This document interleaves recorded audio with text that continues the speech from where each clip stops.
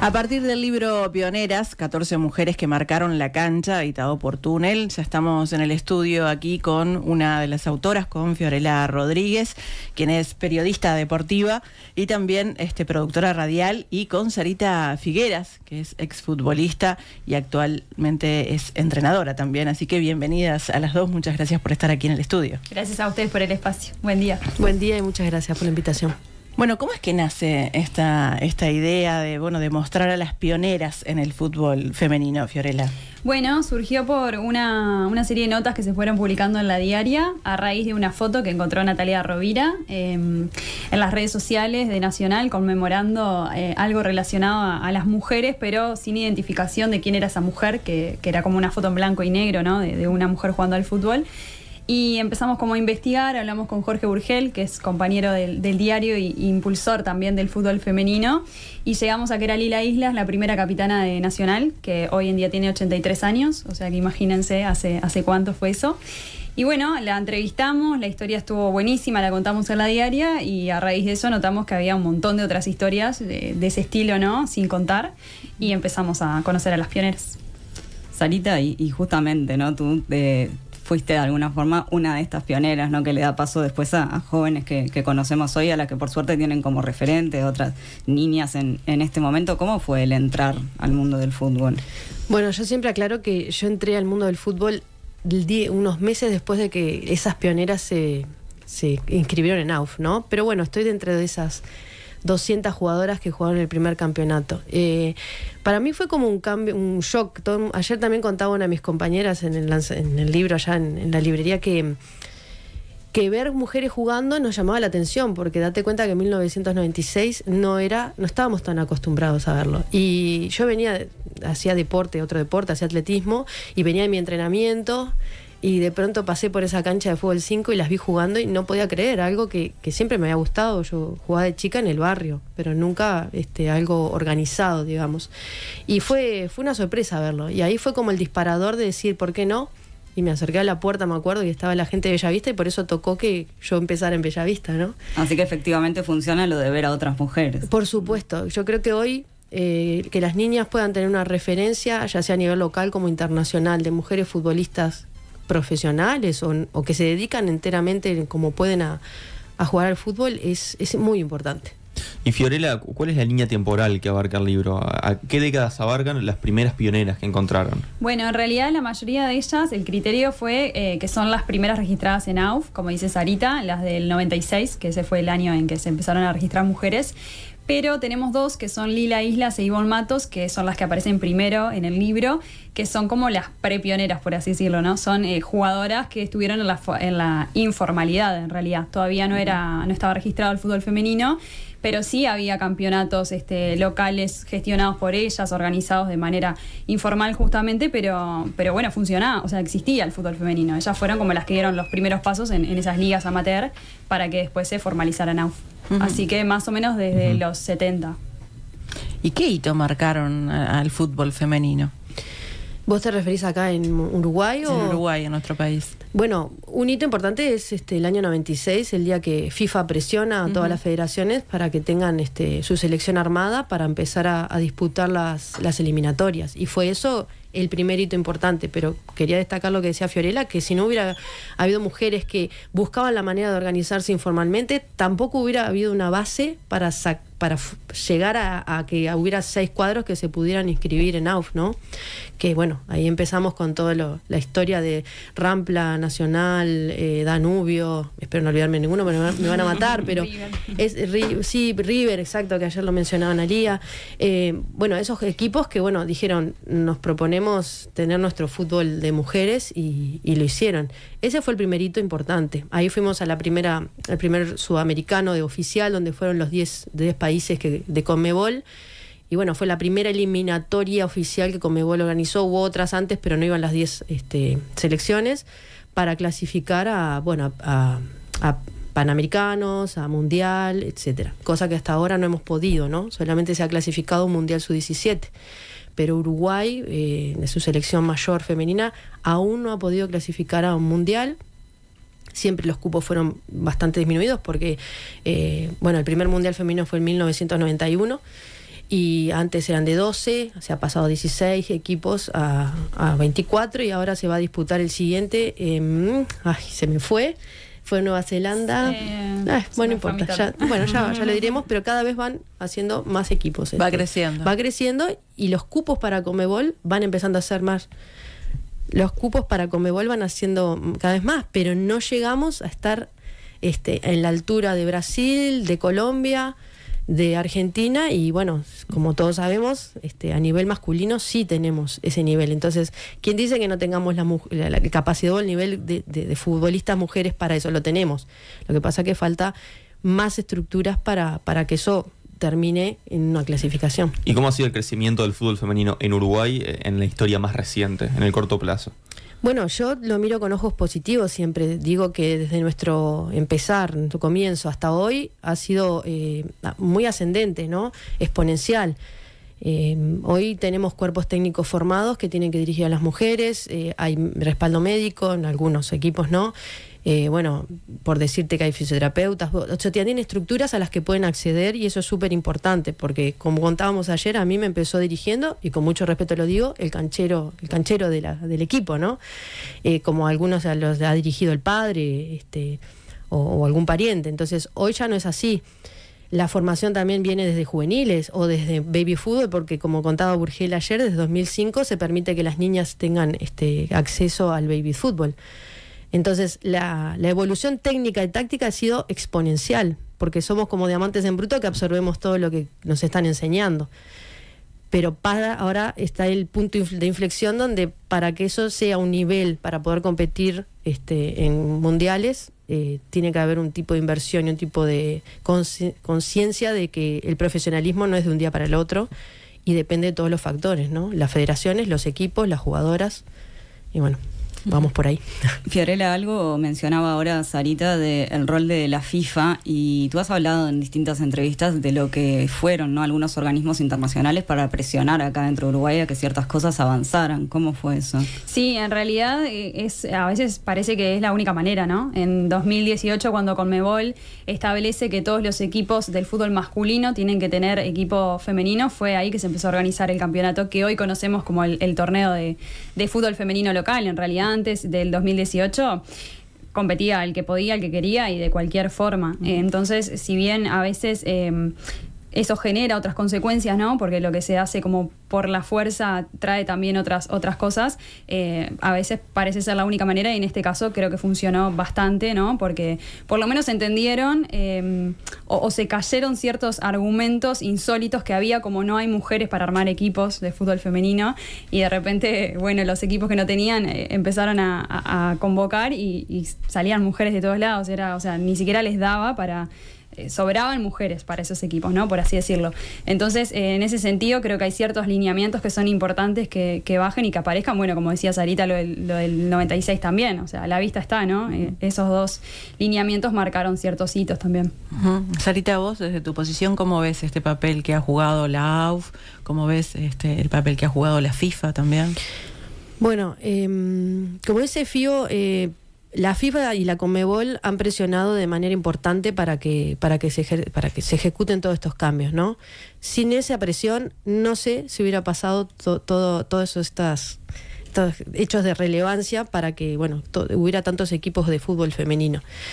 Pero considero que tiene que haber también un cambio mental, no sé, cultural, porque no es lo mismo que vengas y le pongas una camiseta para decir tengo fútbol femenino, a que vos establezcas un proyecto, ¿no?, con una pirámide donde sepas dónde tenés que trabajar, dónde tenés que invertir y cómo tiene que terminar ese proyecto a largo plazo. Y aquí hay equipos que sí tienen ese proyecto, que lo intentan hacer, y hay otros que solamente o usan el nombre o ponen la camiseta nada más, y a veces capaz que ni las camisetas, sino que es la que usaron los varones antes y no te la lavaron.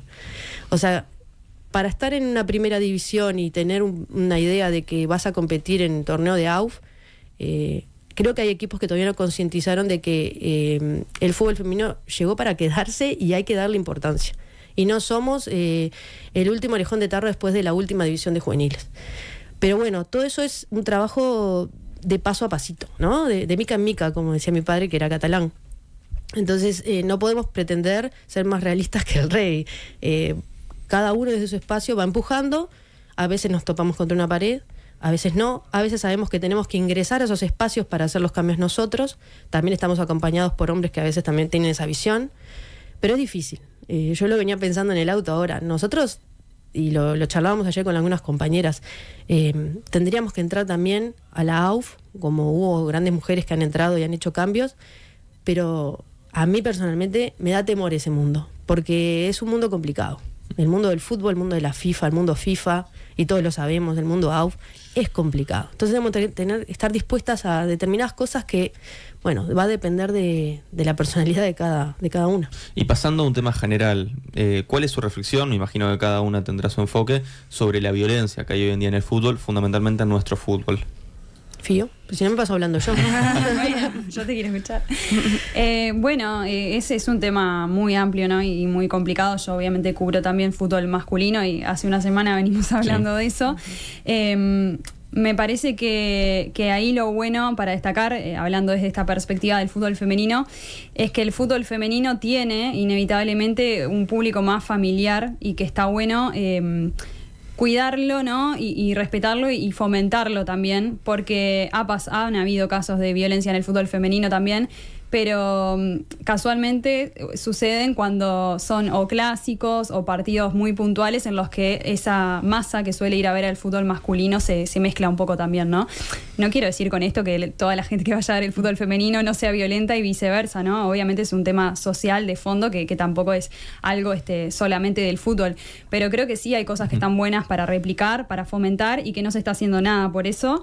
Ni siquiera se ponen a la venta entradas para muchos partidos del fútbol femenino que son clásicos, que son partidos de selección a veces. Hace poquito sí se implementaron para los de la selección a 100, 200 pesos, algo que está buenísimo, ¿no? Porque es algo bueno para acceder, pero se pusieron a la venta un día antes del partido, entonces es como dice Sarita, para mí una falsa promoción, digamos. Sí, no hubo promoción, claro. Es una cuestión de cabeza que es increíble y no es políticamente correcto que lo diga yo, pero bueno, después hacen publicidades, cosas más como de marketing, ¿no? Bueno, ahora hay una camiseta por el 8 de marzo que la están utilizando los jugadores varones en la selección y demás. Sí. Pero yo estoy segura que le pregunto a esos jugadores que los admiro y respeto muchísimo, ¿no? Porque soy futbolera, por supuesto, pero el nombre de la capitana de la selección uruguaya y no lo conocen. Entonces creo que es una estrategia de marketing muchas veces más. Claro. Y entonces si hay esas estrategias de marketing que capaz que terminan estando buenas, no lo sé, ¿por qué no usamos el marketing para todo, ¿no? Para fomentar también que la gente vaya al fútbol femenino, que está bueno. Pensábamos ayer si bien me parece buenísimo marcar esto de las diferencias que puede haber también en el público que va a ver el fútbol femenino y el masculino, en esto que está muy trillado, pero de la violencia que aparece desde el principio, ¿no? De repente desde aquellas familias que van al baby fútbol y están gritando a los gurises, ¿no? Cualquier cosa, a los rivales, ¿Cómo ven esto? ¿Cómo lo ves vos, Sarita? Mira, me tocó ser, mis comienzos cuando estaba haciendo el curso de técnica, aprender de varias colegas haciendo una escuelita y estando en un club de baby fútbol, ¿no? Y la verdad que trillé todas las canchas, contra todos los equipos. Y bueno, la verdad que es complicado también, pero hay que quitarle un poco la etiqueta al baby fútbol, porque hay padres y madres colegas míos que me dicen, yo no quiero llevar el baby fútbol a mi hijo porque viste lo que es. Bueno, hay que quitar etiquetas, por supuesto que existe, pero también hay equipos, y sobre todo en el que yo trabajaba, Unión Vecinal, que intentaban que eso no pasara, ¿no? Desde talleres hasta concientización con los hijos y con los padres y madres, de que bueno, están acá para que los niños disfruten. Pero me pasa que yo vivo enfrente a una plaza de deportes que tiene una cancha y yo me paso fijando, ¿no? A ver qué hacen los técnicos, porque tengo un hijo de 7 años que no le gusta mucho el fútbol, pero siempre le pregunto, ¿y a vos te gustaría venir a jugar acá? Y él lo mira así, no, porque se grita mucho. Y claro, me ha escuchado a mí, ¿no? Que ejerzo un juicio de valor sobre ese técnico y bueno, porque lo viví, sé cómo me gustaría dirigirme y cómo me dirijo a mí a los niños, a los que entreno y a las niñas. Pero bueno, veo que sigue habiendo técnicos que toman ese rol desde una perspectiva que no es educador que está entrenando a niños. O sea, son temas entonces que vienen de adentro de la cancha y de afuera. Sí. Porque a veces hablamos más de la afuera en realidad, ¿no? Con esto de quienes van sí, como hinchada. por supuesto, no solo los de afuera, claro. los de adentro también influimos. Bueno, del baby fútbol hace un tiempo vinieron desde un medio muy importante de Brasil a hacer como todo un relevamiento, como una investigación, porque consideraban que el baby fútbol acá era como el más violento de Sudamérica, ¿no? Eso es muy fuerte también. Claro, además, cuando me dicen, bueno, pero así salen competitivos, así tenés un Luis Suárez. No, para mí no va por ahí. Y lo he tenido esas discusiones con técnicos profesionales de primera y renombrados. No va por ahí, ¿no? Pero bueno. O quizás si fuéramos más pedagógicos tendríamos más Luis Suárez. ¿Y quién dice que no? Tenemos como esa visión social de que hay que gritar y exigir y enfrentarlos a la frustración, pero hay caminos y caminos. Yo no soy una educadora profesional, solo soy madre de un niño de 7 años, pero también, bueno, tuve la suerte de dirigir niños y niñas y me parece que va por otro lado. Pero bueno, son ideas. Ojalá cambiáramos el mundo tan rápido, pero bueno, también capaz que pueden ser utopías, ¿no? ¿Y cuál puede ser la diferencia? Pensando en esto, ¿no? Porque uno, no sé, mirándolo desde afuera piensa, bueno, el baby fútbol es como más pasional. Si mira también el fútbol masculino, también es como muy camisetero. Sin embargo, esto no se da en el fútbol femenino. Entonces, ¿cuáles son las diferencias? Más o menos. Más o menos. Todo, es como decía Fío, no es que seamos unas chicas que nos portamos todas bien y no gritamos, ¿no? No, de hecho, las pioneras, los cuentos de Amazonas eran del equipo de Amazonas. Y las anécdotas que nos dijimos ayer. Como bravísimos. No, somos muy futboleros los uruguayos. Claro. Es que tenemos el espejo del fútbol de siempre, o sea, de la garra charrúa, de Maracaná, y a veces lamentablemente copiamos esos ejemplos. Digo lamentablemente para la parte negativa, ¿no? Claro. Del grito, de atacar al árbitro, de no tener el fair play, pero no digo que todos, que no tengamos eso. Digo que el femenino, además, como lo que nos van a ver a veces son nuestra madre, padre y familiares, pero ahora se está acercando más gente, como que bueno, hace un ámbito distinto, ¿no? Más con el esfuerzo que hay que hacer. Yo sé que en el fútbol masculino también hay esfuerzos y sacrificios, pero hay otra estructura dada que no es lo mismo que está pasando en el femenino, y ojalá que esta parte positiva que marcaba Fío se siga manteniendo y eduquemos para que eso sea la generalidad y no la excepción. ¿Y creen que hay también un cambio social en Uruguay en el sentido de incentivar más a las niñas a que vayan a jugar al fútbol? ¿Querés que siga yo, Fío? Yo creo que sí, que hay, sin dudas, desde hace poco tiempo también, diría que desde los 2000 más o menos, justamente cuando empiezan a surgir estos equipos, ¿no? Más estructurados y más formales. También hubo ciertas iniciativas de que ahora creo que se va a revertir, es una mala noticia, pero que tienen que tener varias categorías juveniles también, no solo la primera. Sí. Entonces sí, creo que en ese sentido, obvio que hay como un incentivo a las niñas, y ya lo notás porque es normal hoy en día escuchar juega al fútbol o entre ellas, ¿no? Y entre ellos los niños también. No es como antes. Antes quizás escuchabas que una niña jugaba al fútbol y te llamaba la atención o te detenías en eso. Ahora es como... Bueno, igual hay equipos de baby fútbol que todavía no integran a las niñas y les cuesta muchísimo. Quizás a los 4, 5, 6 años todavía, pero cuando va subiendo la categoría, a menos que destaque, como hay muchas, pero que la rompa, después es muy difícil. Pero bueno, eso lo sufren todos los niños también. El que no es tan bueno va quedando decantado para afuera. Fío, ¿y qué pasa con el tema violencia de género, vos como periodista de deportes y particularmente de fútbol? ¿Qué tema? Bueno, siguen habiendo, por supuesto, ciertas violencias normalizadas, ¿no? La sexualización de nuestro rol, que si estás en una cancha, cómo fuiste vestida o que te sacaste una foto y... ¿no? Es como que siempre se pone eso por encima del trabajo que haces, la subestimación también, ¿no? No sé si lo dije bien, si existe el término, pero que te subestiman a veces por eso, ¿no? Por simplemente por ser mujer y quizás ni siquiera se detuvieron a ver quién sos, qué hiciste. No debes entender tanto del tema. No, y además vos que recién empezás... O sea, sí, en 2016 empecé a escribir, ¿no? O sea, no tengo una carrera de 20 años, pero como que ya por ser mujer asocian ciertas cosas que si vos ves un varón no se da. O por lo menos si hay un varón sentado en una mesa, ya se interpreta que ese varón sabe de todos los temas y demás. Y bueno, y vos capaz que estás ahí por el fútbol femenino. Yo cubro todo desde ese año, ¿no? Y muchas veces es o al revés, o te vienen a preguntar mucho del femenino y sí, yo justo cubro y me encanta y lo sigo, pero capaz que otra colega no por ser mujer tiene que cubrir el femenino, ¿no? Es como, siempre están como encasillándonos. Y también tiene lugar con el lugar que dan en los medios, más allá de la opinión de la gente, ¿no? Porque si uno mira los principales programas deportivos, están plagados de hombres, básicamente. Bueno, mi primera nota en la diaria fue justamente de eso, fue del lugar de las mujeres en el periodismo deportivo, porque me llamaba mucho la atención que en ese año, que creo que fue 2016, por ahí eran 2 o 3 nomás. La verdad que hubo un crecimiento, es real, pero nada, hubo un crecimiento que sigue significando una mujer capaz que 20 hombres. Entonces, sí, en ese sentido, obvio que seguimos muy, muy atrás.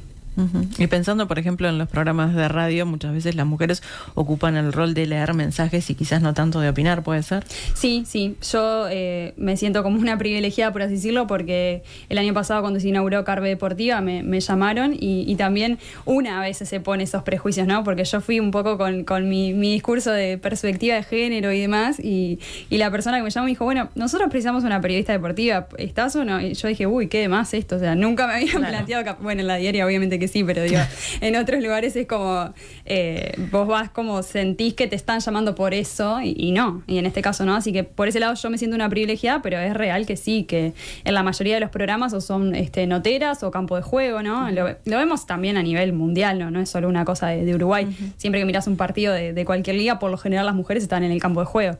Es como la cara visible, ¿no? El producto visible de esa transmisión, pero capaz que en los comentarios y en los relatos no tanto. Sarita, pensando en esto de las violencias, ¿no? Vos recién decías, hablando de la vestimenta, decías, bueno, no será lo más importante, pero también se ven que de repente te toca usar una remera que ya usó un varón, ¿no? Y yo te escuchaba en otra entrevista, Fío, que vos decías, bueno, hace poco a un cuadro en realidad le dieron solo 4 shorts para todas las jugadoras. ¿Cómo es ese tipo de situaciones? Voy a decir que a mí no me ha pasado. A mí lo que me pasó que es que nos tiran ropa de hombre limpia, pero ropa...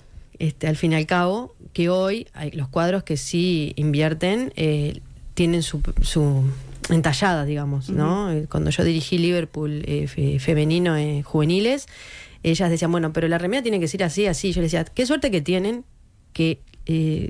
esta posibilidad de elegir la remera como la quieren y qué número. Uh-huh. Porque si ustedes vieran las remeras que nos daban nosotros y los llores... Con respecto a lo que tú me decías, a mí me llama la atención haber escuchado eso de cuadros que son históricos en el fútbol femenino y que hayan tenido esa toma de decisiones con respecto a su equipo de mujeres. Me parece patético porque hay una historia atrás y ellos fueron varios de esos cuadros fueron muy pioneros. Entonces me parece que hubo como un retroceso a nivel dirigencial de la visión que tienen que tener para que su propio equipo, incluso en juveniles hombres y en la mayor, puedan ser otro tipo de equipo, ¿no? Modelo. Como hoy está pasando con otros equipos menores que han invertido en todo y les está yendo bien. Bueno, ¿no será un cambio de mentalidad? ¿No será profesionalizar un poco más también a los dirigentes y las dirigentes? Y hablando de lo institucional y de lo dirigencial, hace relativamente poco los clubes han empezado a incorporar las comisiones de género. ¿Cómo actúan? ¿Están funcionando? ¿Aportan? Bueno, ellas obvio que aportan un montón y hacen mucho trabajo y lo digo con mucha fe porque las conozco y tienen muchas ganas de trabajar, pero la realidad es que no, en algunos casos no se les permite tanto, ¿no? Todo lo que ellas quieren implementar o como digo, lo utilizan en ciertos momentos, como ahora en marzo, obvio. Claro. Igual son muy pocas. Peñarol, Defensor y Racing, si no me equivoco, son los únicos 3 del masculino. Danubio tenía una comisión de género también. Danubio tuvo, es un gran ejemplo porque tuvieron muchos inconvenientes por campañas que ellas querían. Con la diversidad también, por ejemplo. De la diversidad, que la hinchada como que se puso a eso, ¿no? Hay toda una estructura que hay que romper. Es difícil, ¿no? El trabajo que hacen ellas es muy difícil realmente. No, hay una última cosita con esto que estamos hablando de las violencias y demás. Te escuchaba también, Fío, que vos decías en otras entrevistas esto de que hubo mujeres, de hecho, que no quisieron salir en el libro, entre otras cosas, porque les traía malos recuerdos, ¿no? O bueno, tristeza, además. ¿De qué se trataban esas historias que quedaron fuera? Sí, bueno, no todo fue color de rosas, ¿no? En el fútbol femenino inicial, como sucede ahora, y muchas de ellas habían sido vivencias malas, ya sea porque su familia se oponía a que jugaran al fútbol o porque les habían pasado ciertas situaciones, bueno, ya sea en los equipos o en relación a lo que ellas pedían tener y no se les daba. Cada caso muy particular, ¿no? Pero sí hubo casos en los que estaban reticentes a salir. Esto de la familia ya no pasa, ¿no? Bueno, yo diría que en algunos casos sí. ¿Sí? ¿Sigue pasando? Sí. Que no tienen el apoyo. Juliana Castro, por ejemplo, que ahora es la ayudante técnica de la selección sub-17 femenino, ella me contaba que ella es de Trinidad, ¿no? Y me contaba que a ella en realidad obviamente la había apoyado siempre la familia, pero que había amigas que las echaban de las casas por jugar al fútbol. Y ella tiene 20 y pico de años, o sea, no sé si llega a los 30, Juli, no creo. Entonces, tampoco es tan lejano en el tiempo. Sí, a mí dirigiendo también juveniles de Liverpool no hace tanto, pasó que algunas niñas, alguna venía y decía, no, me escapé sin que me vea. Si pasa mi padre con el auto por acá no me puede ver. Wow. Bueno, Fío, ¿dónde podemos encontrar el libro? Bueno, está en todas las librerías, por suerte, de la calle, en los shopping y demás. Si no, en el túnel directo se comunican con ellos que se los alcance. Genial. Muchísimas gracias A a ustedes. ambas. A ustedes, muchas gracias.